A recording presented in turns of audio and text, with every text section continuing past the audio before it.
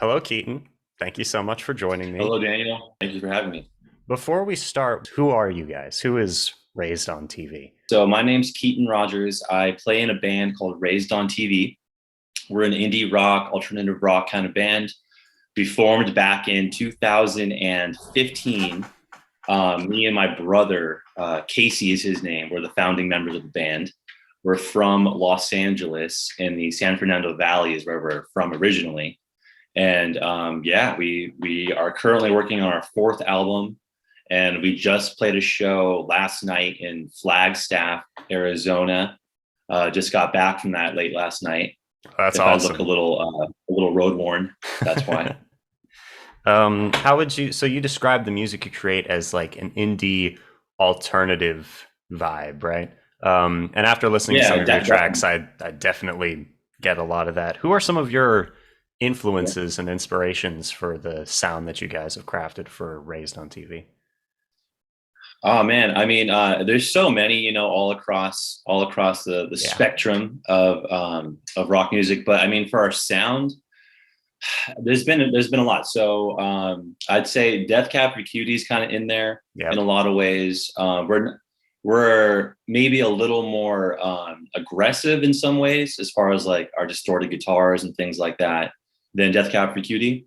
But they're definitely kind of an inspiration as far as our sound and our songwriting. But then also bands like The Strokes, bands like The Ah, yeah. Killers, kind of that Yeah. a lot of the early 2000s kind of bands that emerged. A lot of the pop punk bands too from the 90s, Blink-182, Green Day, Offspring, Oh, and yeah. a lot of grunge bands going back to like Nirvana and Smashing Pumpkins, bands like that.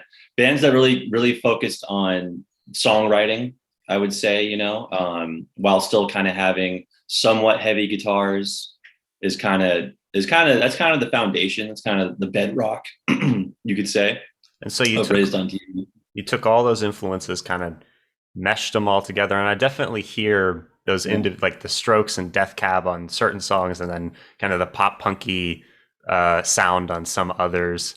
It's very interesting Hold how on. out of the music of yours that I listened to, um, there was a lot of different sounds, which was really cool. It was very Yeah. interesting to see how many different experiences you guys have drawn from and how many different Oh, stylistic cool. shifts there were throughout your discography that you have out so far.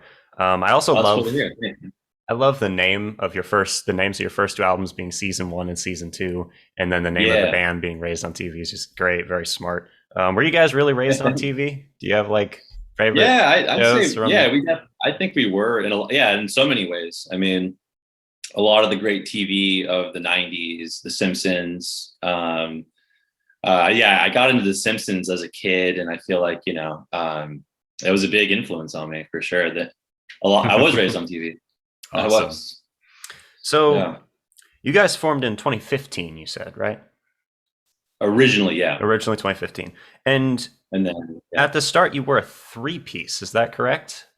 that is correct. And then later you kind of reformed as a two piece band. What instigated that change? Yeah, well, so we had this tour. It was a nationwide tour back in 2019 in the summer. Damn. That's when. So we had a third member.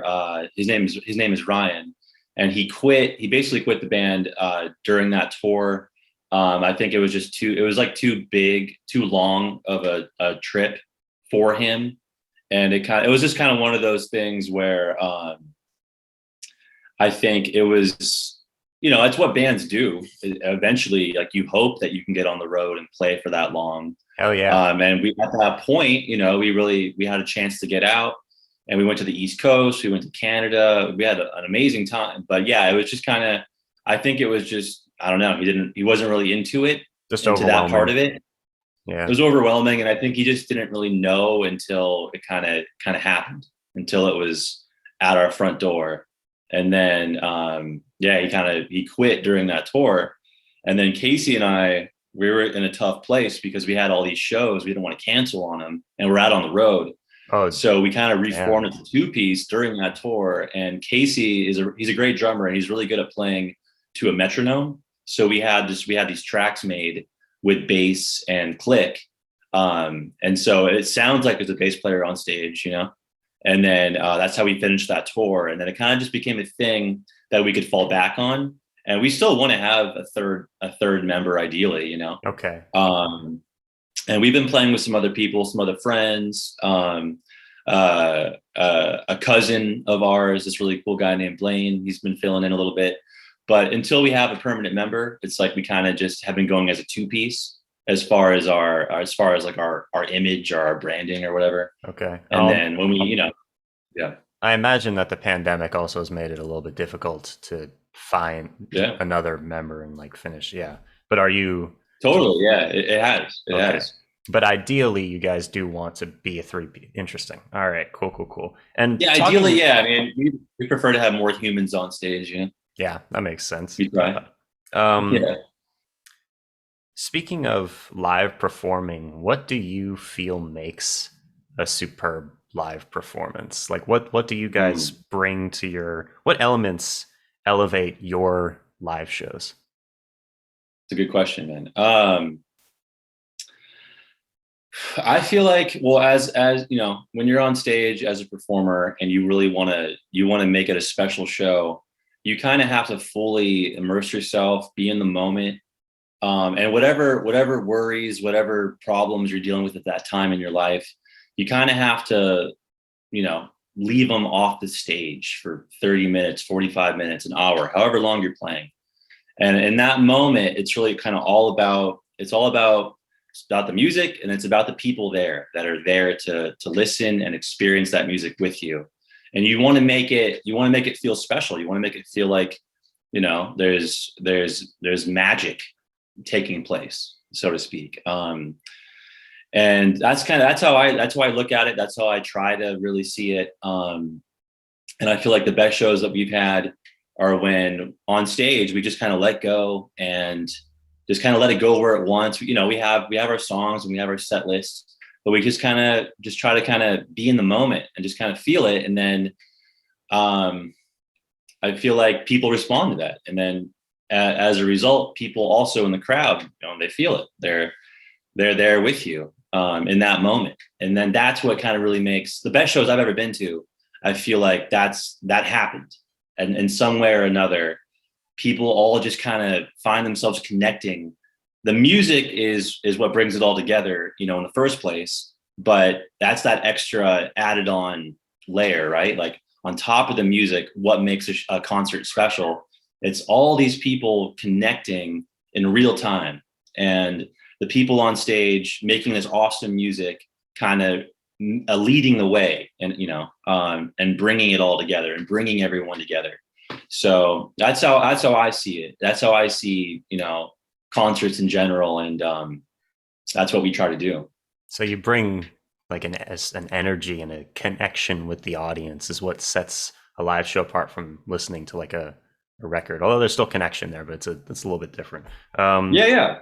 And in a similar vein, you guys just, like you said, you just returned from being on the road. Was there any crazy moments that happened while you guys were, performing live? Anything special?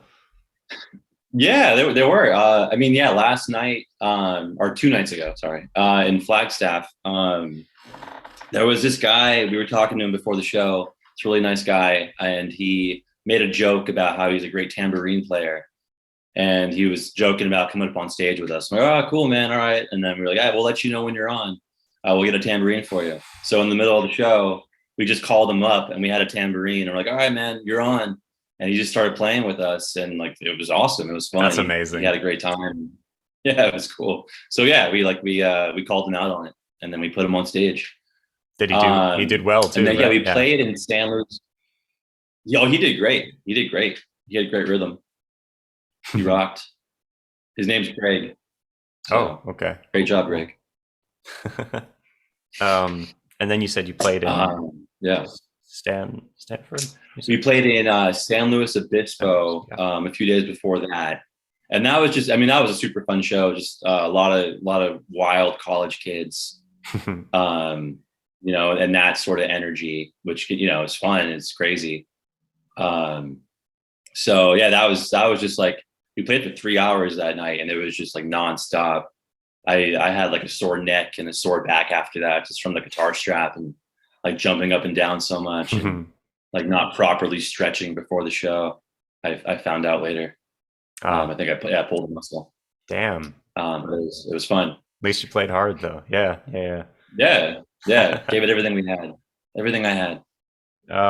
That's awesome. So when you guys craft your records, the recordings like season one, season two, and Fernando, which are your three Yeah, albums that are out so far, correct? Yeah. that's right. Um, That's right. are they like a collection of individual songs, or do they have like thematic elements, or are there storytelling elements involved with it? What would you describe your albums as, I guess? Yeah. Sure. I mean, it's a combination of the two for sure, and it can depend on the album. Um, but yeah, I would say our first album was just very much like every song we could come up with at that time, songs that I had written years before, just trying to put all of the best stuff we had in that moment together. And we tracked that mostly like in 3 days, mostly kind of live tracking.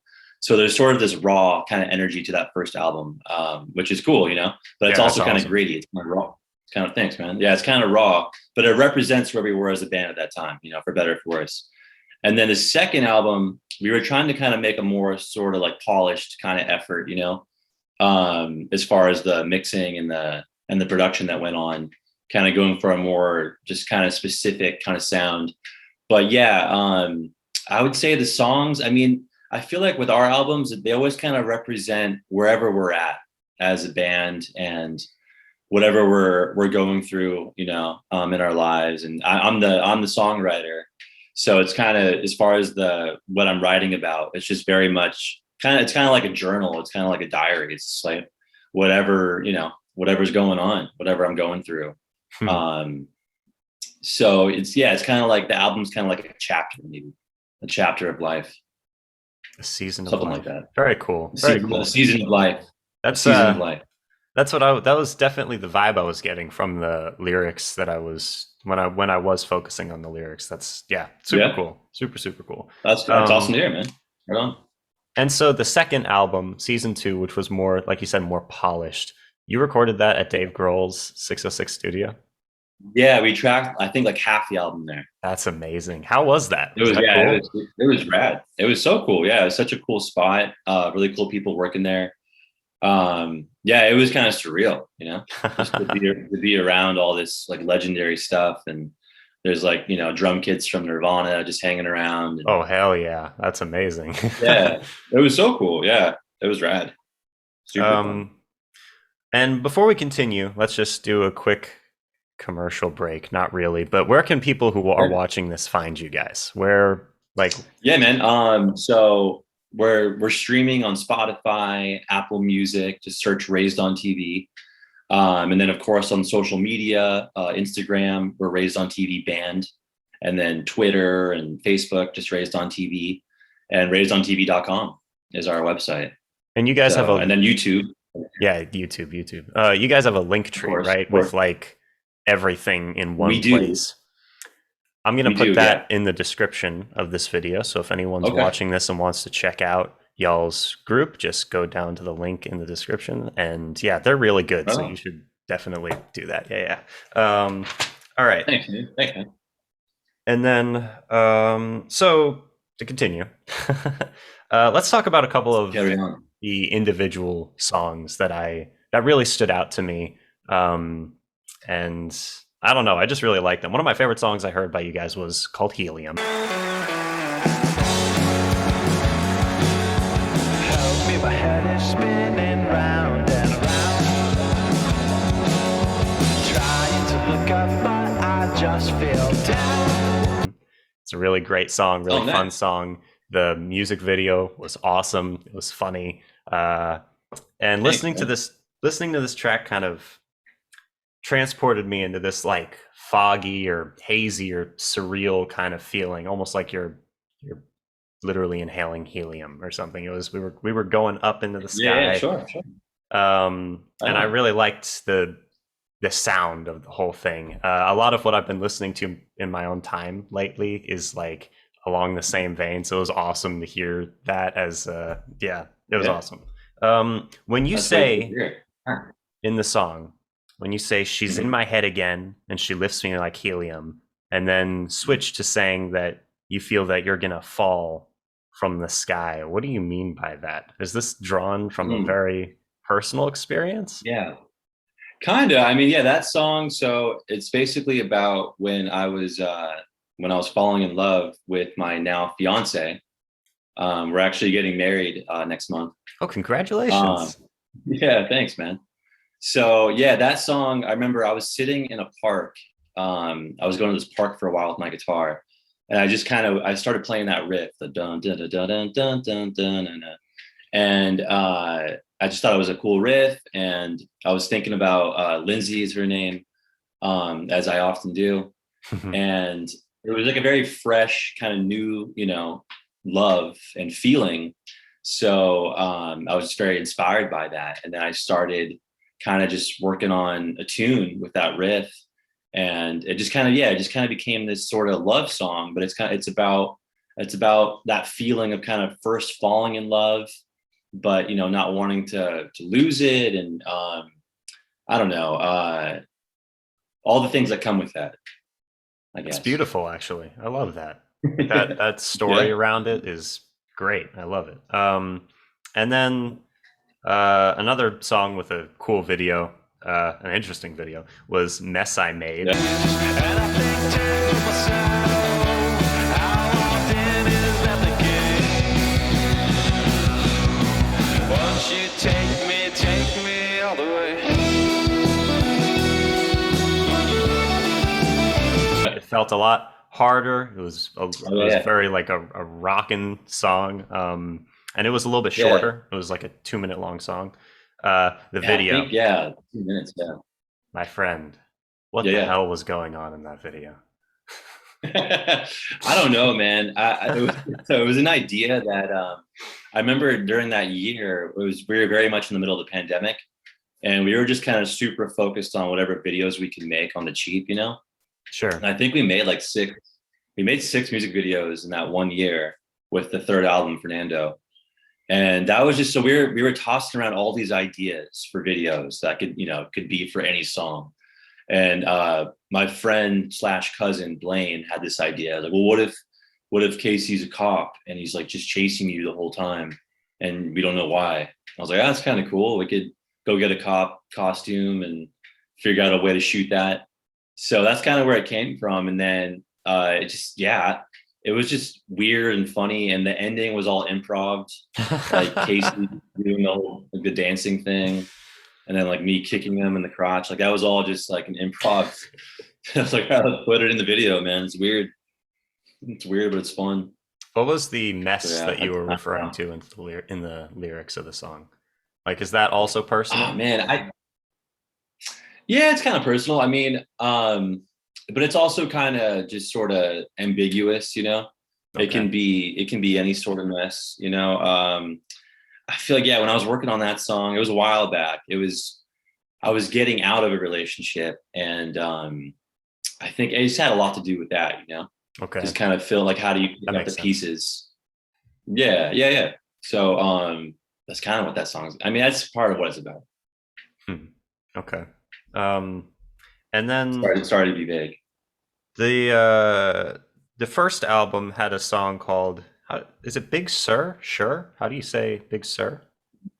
Big Sir.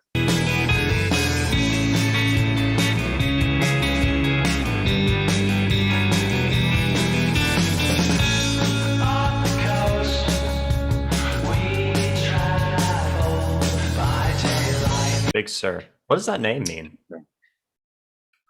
So Big Sur is a place. It is a Okay. place on the West Coast, kind of maybe like an hour south of San Francisco, Okay. give or take a little bit. Um, and it's just a really awesome, beautiful place on the West Coast. Is that where you filmed the Just video? insane. No, Okay. we filmed that video on a beach in LA. Gotcha. There was a beach in Malibu. That was another pretty funny video, and it just the all the Yeah, videos, the vibe of them gave me this feeling that you guys don't take yourselves like in a it's like super seriously. It's very fun music that you're right. making with like deep or emotional or intimate moments surrounded by a lot of just upbeat and just music you could dance to type of stuff. So I just like the balance Cool to that you hear. guys have struck Thanks, there. man. It's really That's cool, I awesome to guess. hear. I mean, that's very much what we're going for. That is the balance we're trying to strike. Okay. Keep it Uh, fun, keep it light. Don't take yourself too seriously, but also try to make music that means something to you, to and hopefully other people. That's really what it's about. what's next for your band? So you've got your record. Are you recording new material for a fourth Yeah, album? man. We have a fourth album that is pretty much done. Oh, It's oh, been tracked. It's that's getting mixed exciting. right now. I've been doing the mixing for the most part, and we're trying some new things on it. We're trying some new sounds, man. Yeah, if you want, I'll get you a copy of it before it's released. See what you think. I would love And we're that. trying to figure out what singles we want to make the singles and stuff. So yeah, the fourth album is done. We're getting it all the final touches, the artwork, the name, the final mixes, all that kind of stuff. When you say new sounds, So yeah, what are some new ideas that you're drawing from? we did a lot of stuff on electric drums, which Okay. was interesting. Like me and Casey put together these electric drum kits, just different sounds, just kind of messed around with that. And it's cool. Took That's us in some awesome. new directions. Yeah, yeah, why not? I feel like that's one of those things that can be tough for a rock band to kind of to leave behind the acoustic kit for the drums because you're so used to that. And when you play live, you know, that's that's the driving force of a rock band is the drum kit. So, and it's also just it's the sound, it's an iconic sound. So, but it's hard to leave behind. But at the same time, I feel like we're kind of in this age now where more than ever, electric drum sounds are more popular. They're very popular. They're in probably most mainstream music, and it's kind of as a rock band, I think it's a cool thing to embrace if it makes sense, if it works, if you're not Of like course, forcing it. if you're just So yeah, we're integrating trying it. to do Yeah. yeah, so we're trying to integrate that sort of sound into our this album at least. I don't know if we'll keep doing it, but and then yeah, a lot of keyboard sounds, messing around with a lot of synthesizer sounds. It's still very rock. It's very rock driven, guitar driven, Sure. but just different weird random fun sounds. There Just was mess. synthesizer on some of your previous work, right? Or some type of Yeah, like there were definitely some yeah, pads in there. Yeah. yeah. We've definitely we've messed with it more and more, like mellotrons, and on the third album, Fernando, we messed with some synth sounds for sure. We actually had a synth theremin, um, Ooh, which is yeah, that's it was crazy. Casey, the drummer's idea.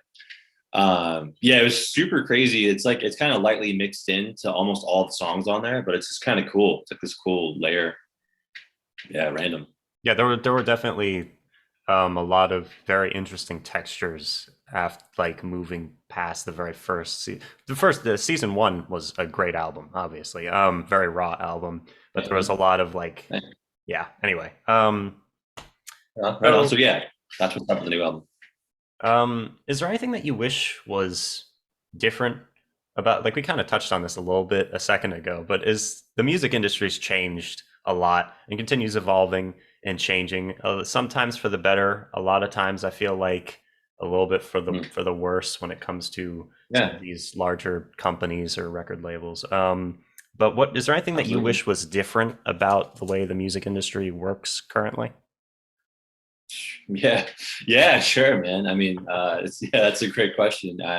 Yeah, where to begin? I mean, one thing I feel like is a really a big shame that's really kind of lost is that record labels and the people that invest in music, you know, people with a lot of money that invest in music, they don't invest in talent so much. They're not looking for some really talented musical act, some really talented band, talented singer that no one's ever heard of, and then try to get people to know who they are. It's more like they're looking for bands and singers that already have some kind of following, that already have some kind of, you know, huge Instagram, Twitter, you know, whatever following. Maybe it's because they were an actor on some big show or in some movie, and so they already have some fame to their name, and that's kind of what they're looking for. And then they throw, you know, the music on top of that.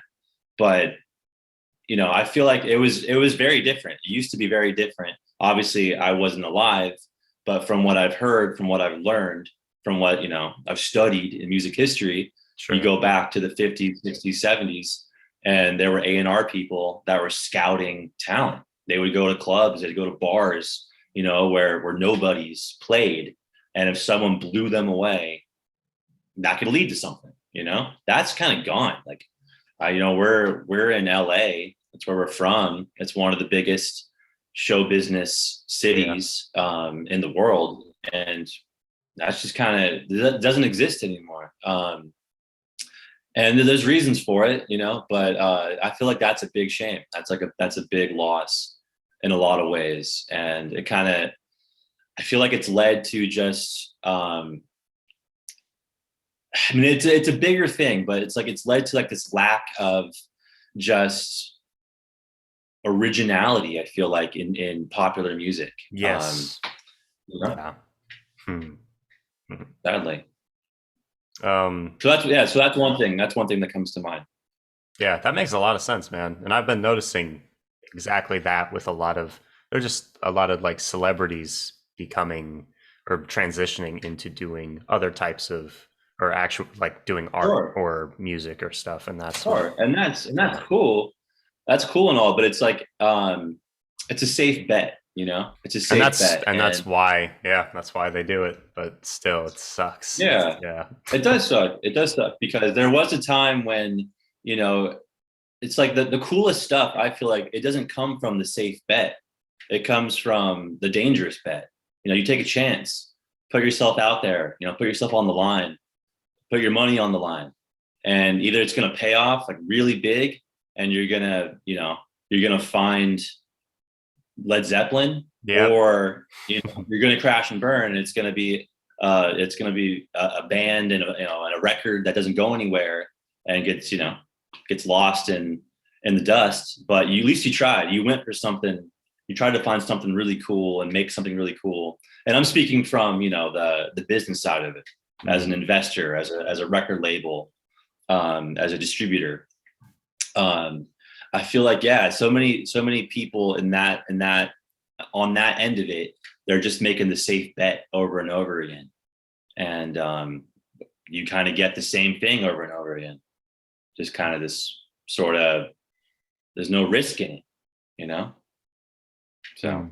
And that's why people who are still interested in music and still consume it and like as an art form and are very connected with, you know, bands and care about independent groups are so like important, because those are the people that are going to end up being your backing, you know, or are fans of the Right. groups, you know. Would you say that you, in your live shows, you can turn a casual listener into a fan just from playing a live show? Yeah, I mean, I don't want to sound like, you know, cocky or something, but no, I mean, not always, but yeah, I'd say we've gotten, at the beginning, no, when we first started, probably not, but we've been doing it long enough, and we've played so many shows now, that I feel like now, it's like we kind of know what strings to pluck, you know.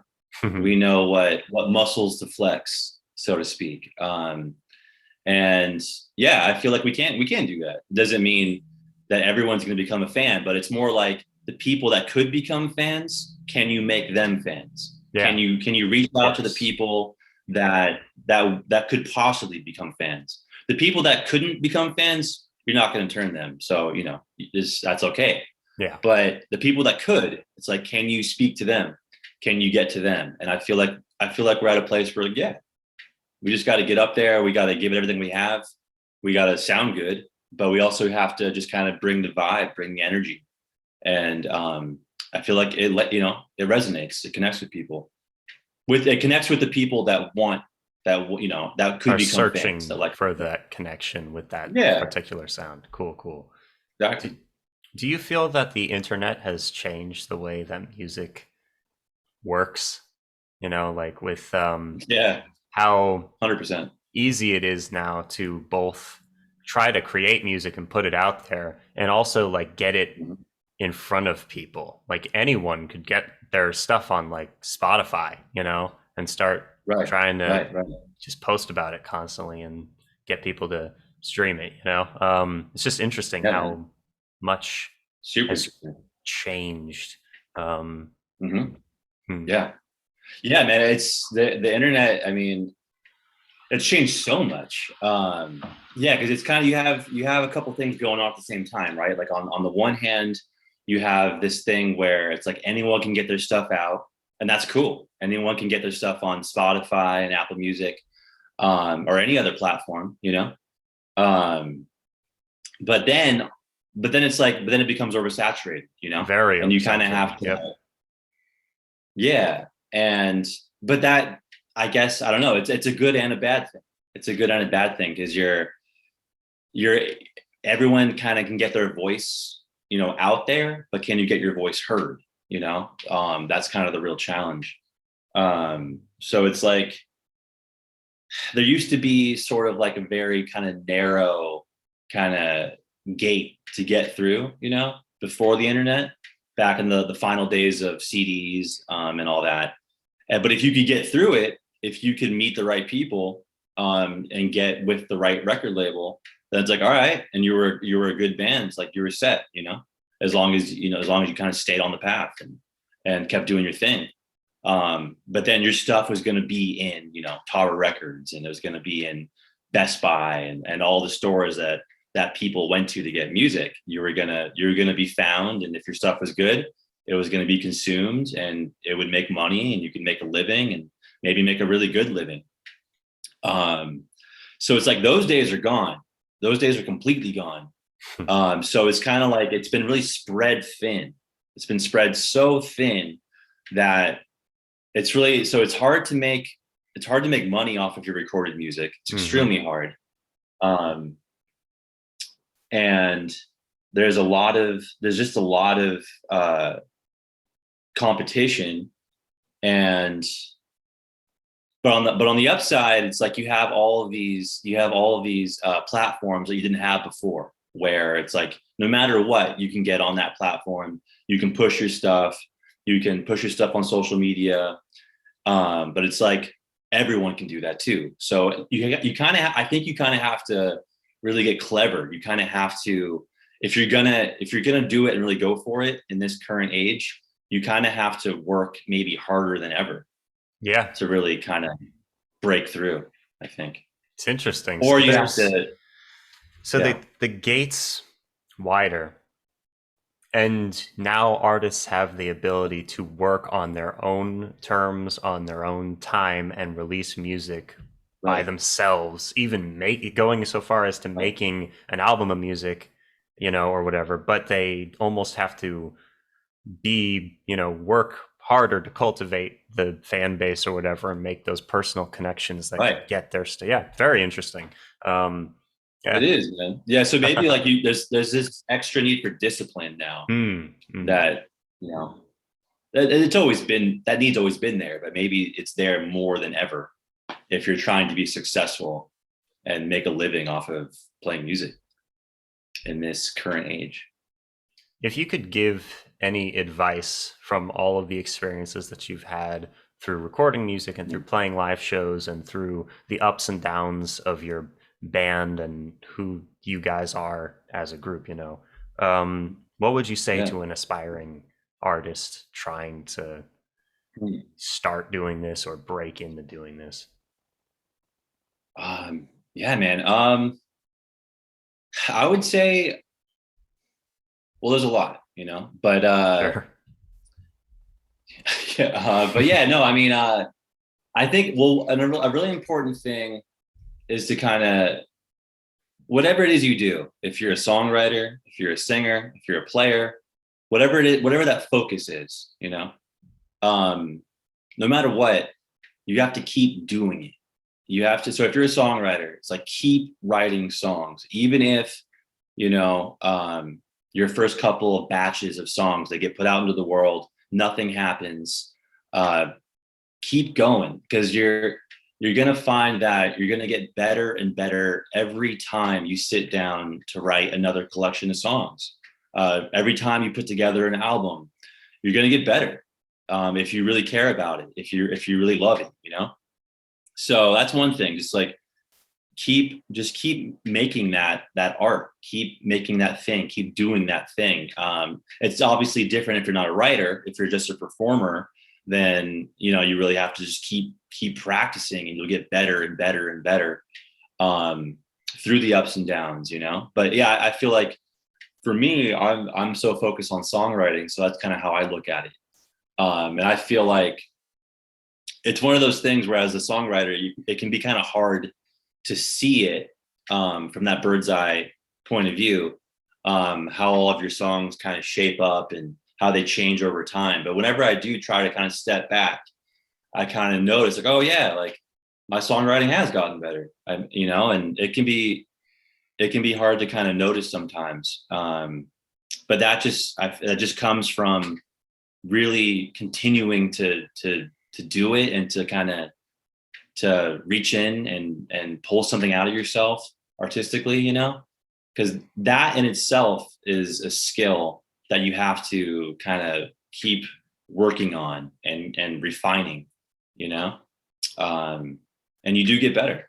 You do get better as an artist. You just kind of have to keep going. You have to keep doing it no matter what. That's an amazing response. Thank you so much. Oh yeah, sure, man. I love it. Sure, I tried. Yeah, and when do you guys have a idea for when your next release might be coming out? Like a rough idea? Yeah, man. Yeah, we do. I mean, we want to get something out soon, but it's looking like June. June. We'll get at least a song, maybe two songs out as kind of singles. Maybe yeah. That's very. We're gonna exciting. submit some stuff and see. You know, thanks, man. See if anyone bites for like a bigger release. But if not, if it's gonna be a self release, definitely June. And have you guys been some stuff in that unsigned the whole time that you've been a group? Pretty much, man. Yeah, we almost signed with this one smaller label, and then it kind of fell through around when we were making season 2. And but other than that, yeah, we've kind of been just as far as record labels go, we've been unsigned.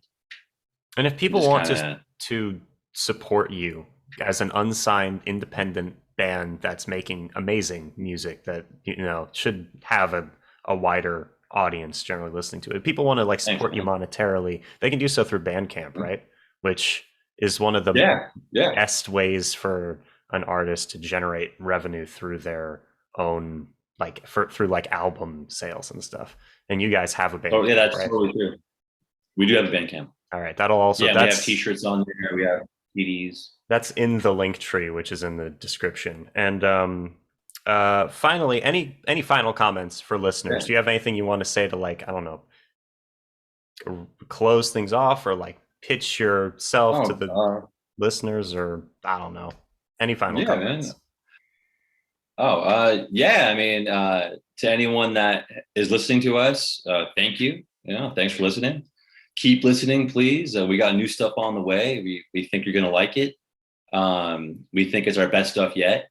So stay tuned. We got more stuff coming, and we appreciate anyone that's been listening so far and that's been on the journey with us so far. All right. So stay with us. Thank you so much for joining me, man. Yeah. I really appreciate it. This was awesome. And I can't wait to hear y'all's next singles and then the album. And I'm really glad. Thanks for, man. Yeah, I'll definitely keep you posted. Thanks for everything. Yeah, of course, dude. All right. problem. Thank you guys for watching. I will see y'all soon, and we're out.